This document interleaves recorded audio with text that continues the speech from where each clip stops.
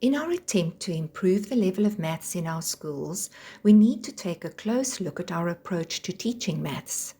It all begins in the foundation phase, where we have the ability to create a positive and flourishing relationship with maths amongst our learners. The causes for poor maths results are often beyond our control, but we can control how we present maths to the children. For children to be interested and comfortable with maths, it must be meaningful for them, and to make it meaningful, it needs to become an integrated part of everything we teach.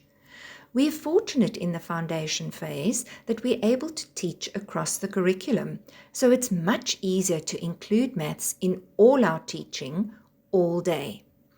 Language work and life skills lend themselves to the inclusion of maths vocabulary and activities.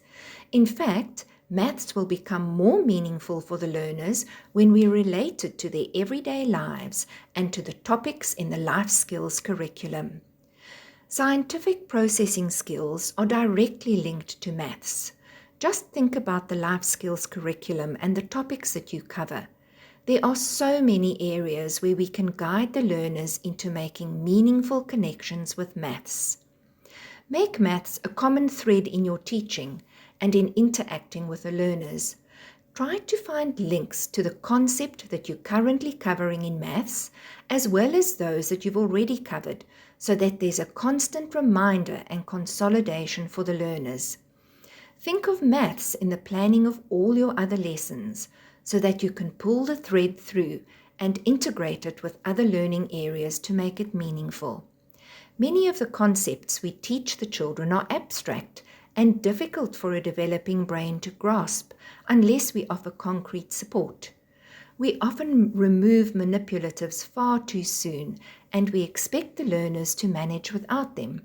Some learners will cope, but the ones who still need support will slowly fall behind and eventually give up. We must avoid this from happening. Allow the children to use the resources that you have in your classroom. A resource in a child's hand is far more valuable than one that's on a shelf in a storeroom. An example of making maths meaningful is the concept of time. It's an abstract concept and it's not easy for learners to grasp. If you have a working clock in your classroom and you make reference to it all day, it will become a part of the learners' lives and will make it meaningful and much easier to understand. Storytelling is something that foundation phase educators are so good at.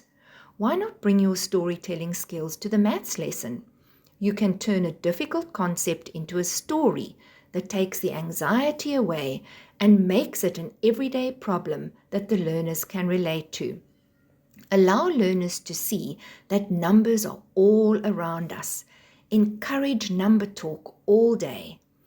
It goes without saying then that not only will maths become meaningful, but you'll find that you're using your time in the classroom more efficiently. Less time will be spent on consolidating maths concepts because you'll be doing it all day. Show the learners that maths can be fun.